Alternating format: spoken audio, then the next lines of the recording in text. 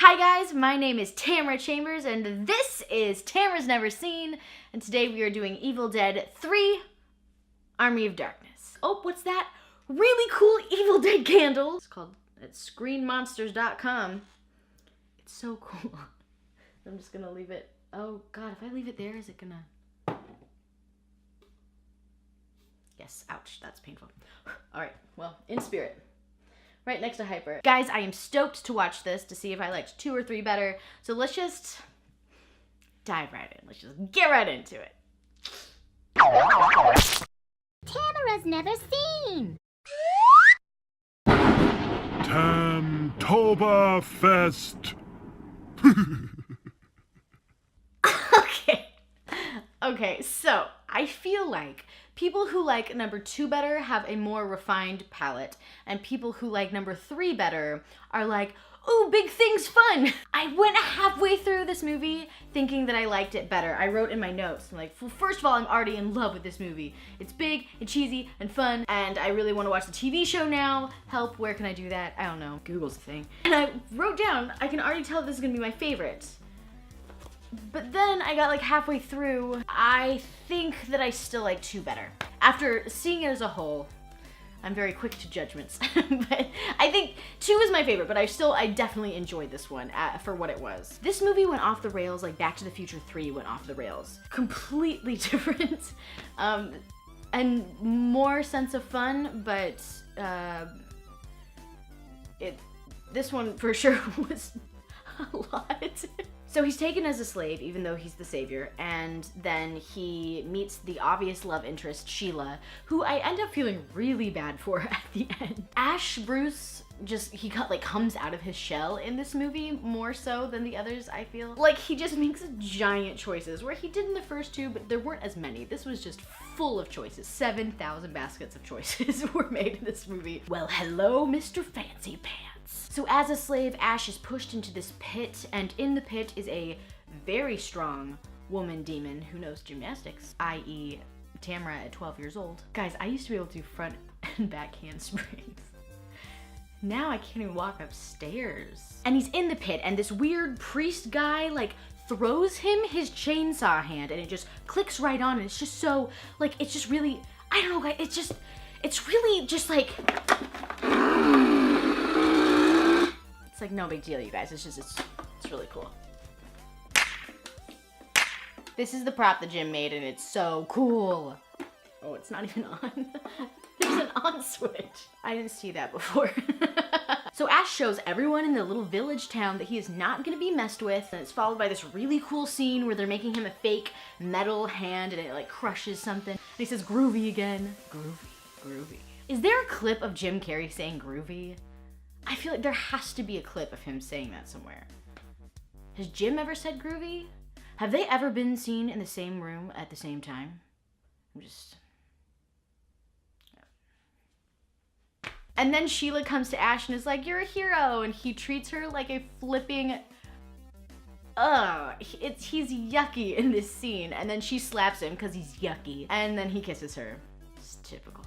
Okay, and then things start getting odd. I was watching this while also tweeting about the second presidential debate. So maybe I missed this. So he goes to find the Book of the Dead, and he takes refuge in this cabin, and then there are 3 mini Ashes, and they're like attacking him with a fork, and then he kills them, but one of them gets inside of his mouth and he swallows them, and then he just swallows boiling water. This guy feels no pain. Ash just feels no pain. His head, like, everything he does is just kind of like, oh, that should hurt a mere mortal, but I'm Ash, and I feel nothing. Should be my slogan. I'm Tamara, and I feel nothing. So anyways, the swallowed small Ash grows inside of him, and then you see like a giant eyeball on his shoulder, and then a second head comes out, and then they start like hitting themselves, and then they split, and it's so insane. What? Wait, what? Where did it come from? Where did that come from? So then Ash chops him up and shoots his face, which would be odd to do to something that looked exactly like you. So then Ash goes into the cemetery and he finds the Book of the Dead, but there's 3 of them. And he's like, which will it be? And so the first one like almost pulls him in, it's like a wind tunnel, and the second one like attacks him, but he fights it off. And then the third one is the Book of the Book of the Dead. I have to say though, I feel like those were very minor inconveniences. It was just kind of like, oh, stubbed your toe, whoops, got a splinter, here's $1 million in gold. So before taking the Book of the Dead, he has to say these 3 words that the weird priest guy gave to him to say, but he can't remember them. So that scene was actually pretty funny, because he says the first 2 and then he just kind of gurgles it. That's good enough, it's fine. Ancient rituals, more like ancient rituals. Am I right? Am I right, guys? Am I right? So it doesn't go well. Then you find out that he awoke the army of the dead. Bum, bum, bum. So the army of darkness is awakened, and it's just a bunch of skeletons. And there's this one scene, just really quick. They're just walking by the screen, and it's just some skeletons like toting along some naked boob girl slaves. And that's the last of you see of them. They're not doing anything for the army of darkness. They're just women slaves, which is fine. I just don't understand.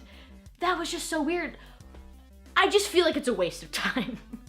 What, they're not helping you in any, you can't have sex. You don't have penises or hearts or eyes to even, you can't even see them. So it's just weird. Is it a status thing? What's going on here? Tell me everything. I'm very curious. But then the rest of the movie is just, like literally half of the movie is just a giant fight. Like a couple notable things happen, like Sheila turns into a demon, and their cool like car thing that they made explodes. Good Ash fights Evil Ash, and Evil Ash is trying to get the book, and Good Ash is really good at fighting, super good at fighting, and like dodging things. Good for you. Evil Ash is disposed of, like the bomb and like the catapult, super neat. They get the book back, all is well. Sheila's not a demon anymore. Just a super, super long fight sequence. Something that I think is kind of funny is that Ash stays because he's like, well, I have to save Sheila, my love interest. And then they're like, here's the potion for you to go home. And he's like, all right, bye Sheila, peace. And he like kisses her and rides off into the sunset to drink the potion? Why did he have to get on a horse? I did enjoy the end of the movie though, where he is back in S-Mart. And then a demon shows up because he was supposed to say the words that he forgot the first time. He's supposed to say those again as he drank the potion. And I guess he forgot them again. He like breaks through with his hand and he takes out a gun and he shoots her down. And I assume that's where the TV show comes in. Or maybe also the remake, I don't know. But then he gets another girlfriend immediately, kisses her and says, hail to the king, baby. I'm like, okay, well, cool your jets a little bit. You still work at S-Mart.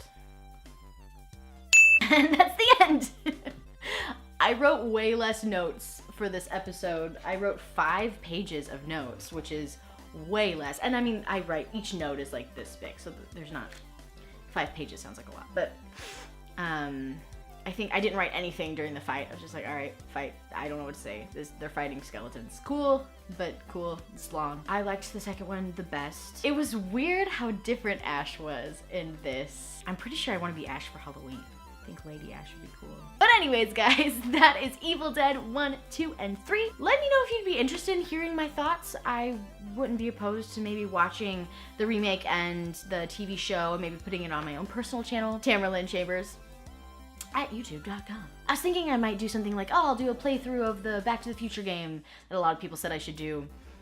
So maybe things in that kind of vein that wouldn't warrant an episode here, but might, you know, be fun for a few people there. Anyways, you guys are awesome. Thank you for watching. Oh, I forgot to tell you. Ike is still, he's still living in the suburbs. There's no time. There's no time to pick them up. But he'll be back soon. And he loves you all. I don't know, he doesn't know you. I have no idea. That was a baseless claim. But I do. Thanks for watching. See you soon.